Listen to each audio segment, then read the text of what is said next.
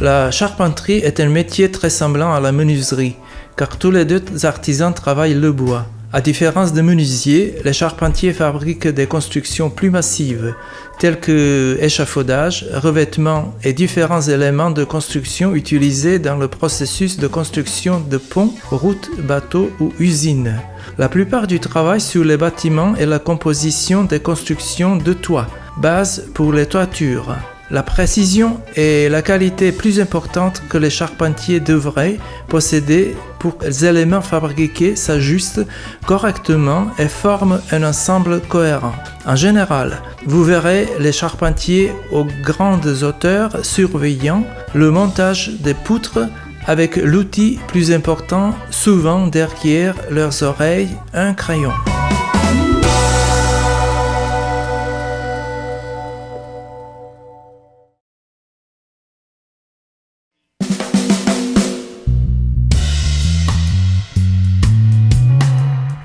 Le forgeage, exactement comme la poterie, est également directement lié au secret de la terre. Les bouts de métal sont réchauffés sur le feu, ce qui les fait convenables pour la fabrication. Aux mains fortes et aux mouvements habiles du marteau, le forgeron modèle le métal réchauffé en fonction de l'objet qu'il veut produire. La précision dans la fabrication de détails donne au forgeron un avantage par rapport aux machines. Pour cela, il est toujours possible de trouver des ateliers de forgerons en Serbie. Quand il modifie un bout plus grand de métal, le forgeron travaille avec un assistant. Il tient et tourne le métal si nécessaire. Il le frappe avec un marteau plus petit et ainsi marque l'endroit pour son assistant, qui à son tour frappe à deux mains avec un grand marteau sur l'endroit qui lui est montré.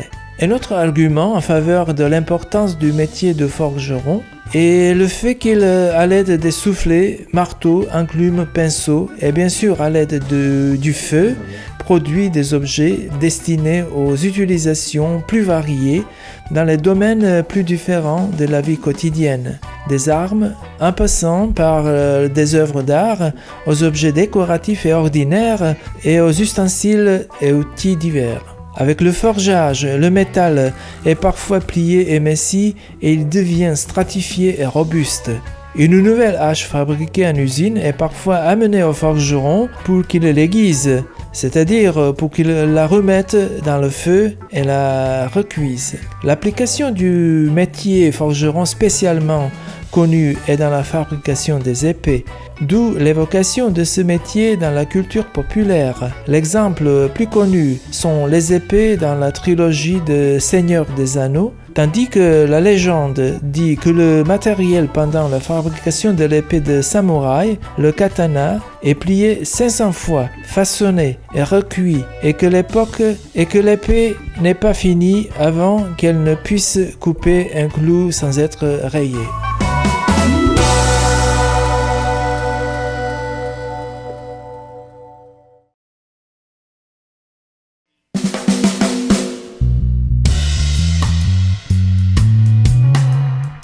Le maréchal ferrant est un artisan qui fait les chevaux et les bœufs.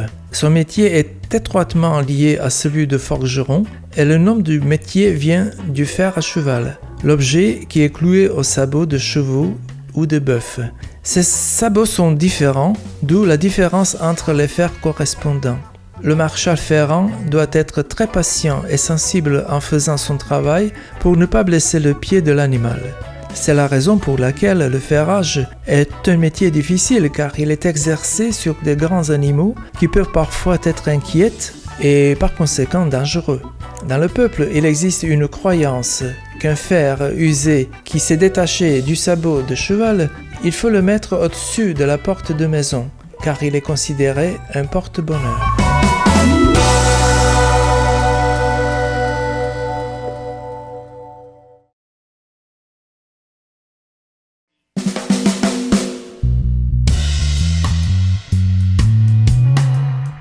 Un des menuisiers plus connus dans la culture populaire est le vieux Geppetto, conte et du dessin animé Pinocchio.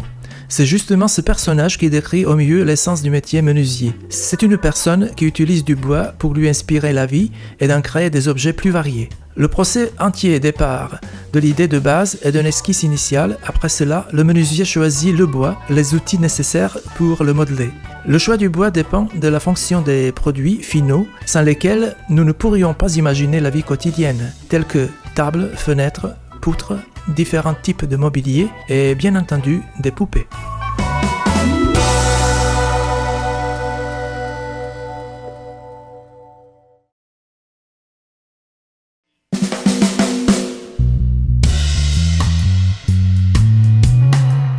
La gravure sur bois est une compétence qui permet au maître graveur de graver les formes et les dessins sur les surfaces du bois.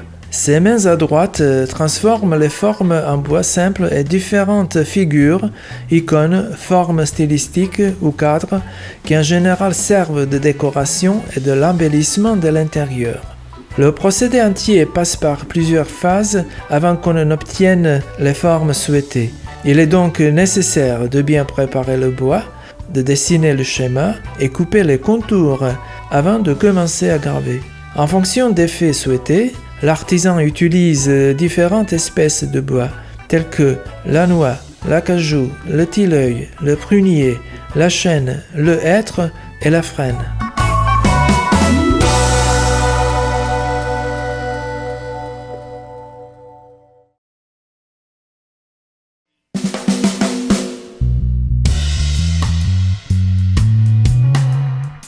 Le fabricant des opanaques est un artisan qui produit des chaussures à la main, surtout les opanaques. Les racines de ce métier, dont la fonction était d'abord de prédire les chaussures légères pour les paysans, datent du période pré-Byzance. En Serbie, la prospérité de ce métier, fondé sur les cultures des vieux Balkans, européennes et orientales, survit dans la période de la seconde moitié du 19e aux années 50 et du 20e siècle. Il n'y existait pratiquement aucun centre de ville sans au moins quelques magasins où l'on produisait plusieurs types d'opanaques. La tradition serbe connaît deux types d'opanaques, vrčani et prečnjaci. Le premier type a sur la partie extérieure des sangles étroites, normalement entrecroisées ou cousues l'une au-dessous de l'autre. Ce type était fait à l'aide d'une moule en bois.